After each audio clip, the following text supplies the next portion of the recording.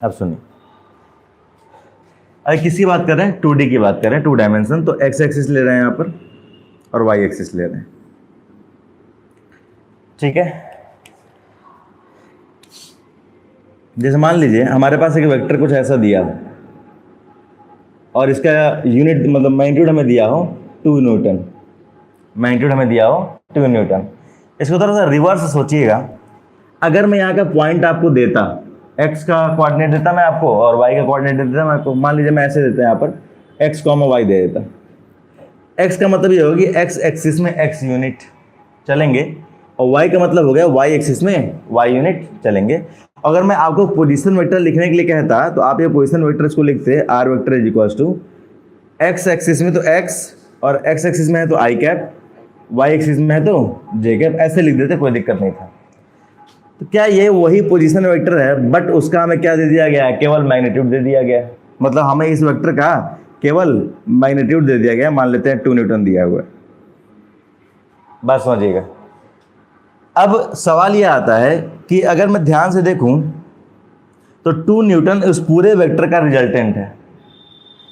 कोई अगर आपसे सवाल पूछेगा कि 2 न्यूटन का कितना हिस्सा x एक्सिस में और कितना हिस्सा y एक्सिस में, क्या रिवर्स चल रहा है एक तरीके से? हाँ, हम लोग हाँ या ना, ठीक है। इसको करने का तरीका सुनिएगा।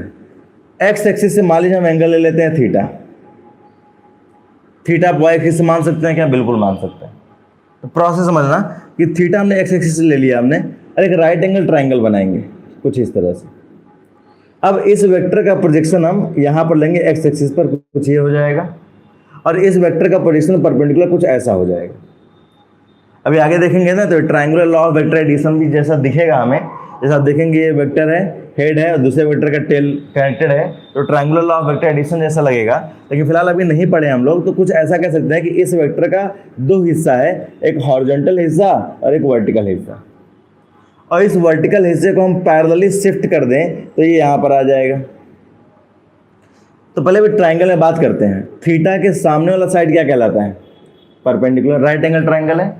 थीटा के सामने वाला साइड परपेंडिकुलर, जिस पर बना है वो बेस, और ये हो जाएगा हाइपोटेनस, हमारे पास है h। एक बार ब्रेकिंग यहाँ सीख रहे हैं, आगे हम लोग डायरेक्ट यूज करेंगे। किस लैंग्वेज यूज करेंगे वो बताएंगे आपको। अगर ध्यान से देखा जाए तो हमें चाहिए बेस, हमें ये लेंथ चाहिए बेस, हमें चाहिए परपेंडिकुलर लेंथ चाहिए। तो बेस को अगर ध्यान से देखें तो हाइपोटेनस हमारे पास है, बेस चाहिए, थीटा हमारे पास है, तो क्या करेंगे? क्या कॉस थीटा यूज कर लेंगे, हाँ या ना? कॉस थीटा इक्वल टू क्या हो जाएगा? Base upon hypotenuse, base upon hypotenuse. तो यहाँ से बेस क्या आ जाएगा हमारे पास? Hypotenuse into cos theta. हमें मैक्सिमम न्यूमेरिकल में क्या दिया होगा?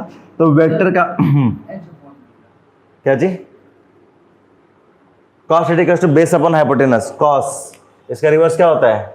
सेक theta, height hypotenuse upon base. बस समझ आ गया?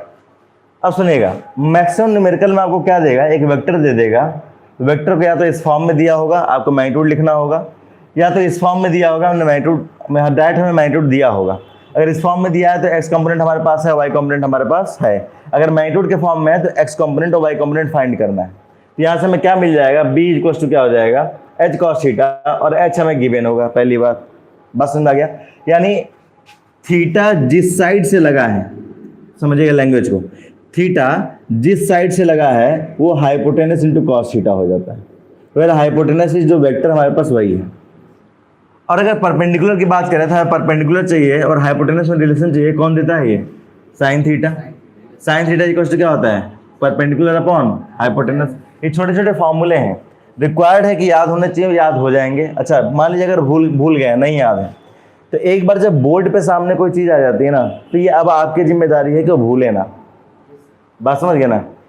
कॉस थीटा पर सामने आ गया, साइन भी वैल्यूज भी बहुत सारे सामने आएंगी, अभी बहुत सारी चीज़ें याद भी करवाएंगे हम, तो आपकी रिस्पॉन्सिबिलिटी बन जाती है कि भूलना नहीं चाहिए, ठीक है।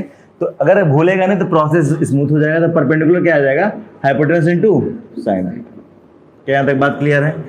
तो थीटा जिससे लगा है वो वाला साइड हो गया hypotenuse into cos theta, theta जिससे नहीं लगा है क्या हो जाएगा? Hypotenuse into sine theta. तो अगर ये हाइपोटेनस इनटू साइन थीटा तो ये भी क्या हो जाएगा? Hypotenuse into sine theta. Maximum time हम वेक्टर्स को इसी 2 पार्ट में ब्रेक करते हैं।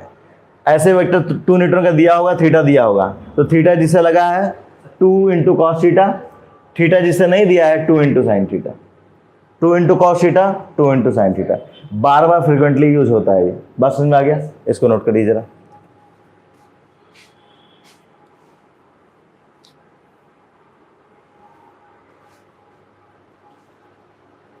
एक वैल्यू लेकर भी इसको कर लेंगे अभी, फिलहाल इसको नोट कर लीजिए समझने के लिए।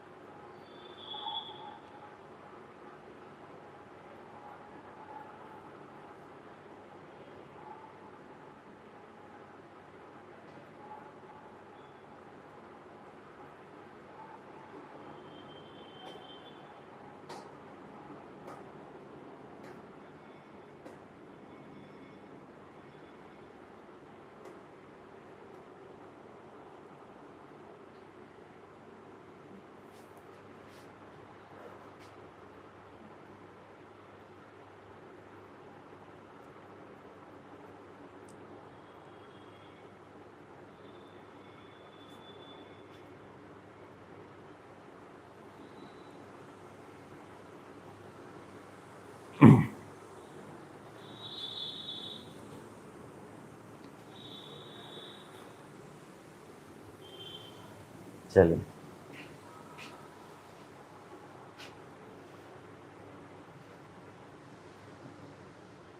हर एक टर्म समझना है, हर एक टर्म सीखना है। 11th इस तरह से, कुछ भी छूटेगा कहीं ना कहीं न्यूमेरिकल में जाके हम फंस जाएंगे। यहाँ तक हो गया? चलिए नोट कर।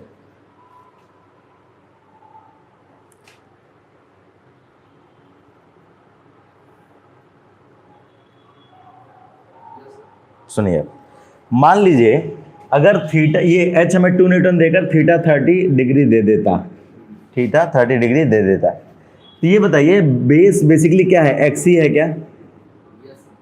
ये परपेंडिकुलर बेसिकली क्या है? वाई कंपोनेंट ही है क्या? ये क्या है? वाई कंपोनेंट ही है। अगर हमसे ये देने के बाद से क्या कहता है कि वेक्टर बताइए, ये वेक्टर बताइए, तो ये वेक्टर बेसिकली क्या होता है? एक्स इंटू आई कैप प्लस वाई इंटू जे कैप। मतलब एक्स में, एक्स एक्सिस में एक्स यूनिट है, आई कैप मतलब एक्स एक्सिस में, और वाई एक्सिस मतलब जे कैप में वाई यूनिट है। तो ये एक्स और वाई है क्या? देखिए थीटा इससे लगा हुआ है, डायरेक्ट लिखने का तरीका आप लिखेंगे r vector is equal to theta जिससे लगा, यानी एक्स से लगा हुआ है, तो हम क्या लिख देंगे? 2 इंटू कॉस 30 डिग्री। ठीक है, तो ये एक्स से लगा हुआ था तो हमने आई कैप दे दिया, प्लस अब थीटा वाई से लगा नहीं है तो उसको साइन देंगे, तो 2 इंटू साइन 30 डिग्री जे कैप। कॉस 30 की वैल्यू कितनी? √3/2 आई कैप प्लस 2 साइन 30 की वैल्यू कितनी? 1/2 जे कैप। यहां से करेंगे तो √3 आई कैप प्लस जे कैप, ये हमारा हो गया वेक्टर।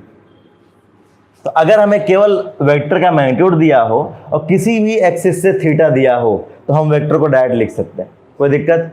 जिस एक्सिस से थीटा दिया होगा उसको कॉस दे देंगे। यहाँ एक्स एक्सिस से दिया था तो कॉस को हमने आई कैप दे दिया था। अगर मान लीजिए वाई एक्सिस से दिया होता तो कॉस को हम किससे देते हैं? जे कैप से देते, जिस एक्सिस के अलॉन्ग है। बात समझ में आ गया? ये छोटा सा न्यूमेरिकल, फिर एक प्रैक्टिस करते हैं जरा अच्छा सा क्वेश्चन। ब्रेक करेंगे ही, ब्रेक करेंगे, पर देखिए एक्सिस के अलॉन्ग ब्रेक करना पड़ेगा हमें। हाँ, जैसे ऐसे याद रखना पड़ेगा, थीटा जिससे लगा है वो hypotenuse into cos theta, theta जिससे नहीं लगा है वो हाइपोटेनस इंटू साइन थीटा, ऐसे याद करिए। ठीक है ना? चलिए अभी हम